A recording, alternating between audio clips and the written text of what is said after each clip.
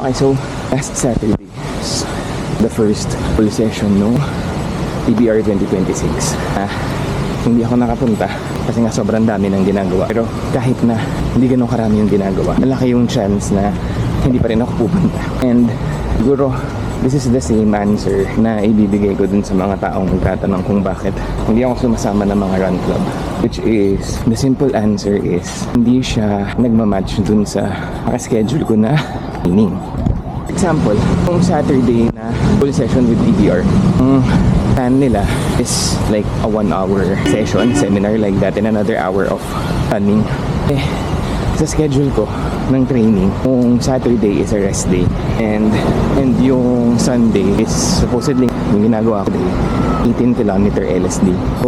So kung sumama ako nung Thursday dun sa session, hindi ko alam kung ano ko pagsasabayin yung session na yon. Tapos yung 18K LSD ko supposedly no Sunday. And yun lang.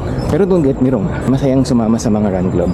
I used to run with RWP Makati and RWP Alabang. Sobrang saya nilang kasama, nakakatulong talaga.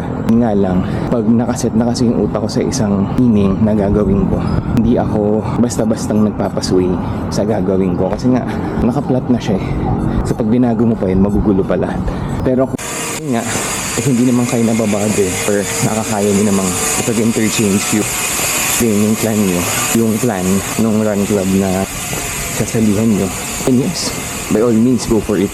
Sobrang saya kayang tumakbo ng may kasama. Sobrang nakaka-motivate. Yan lang.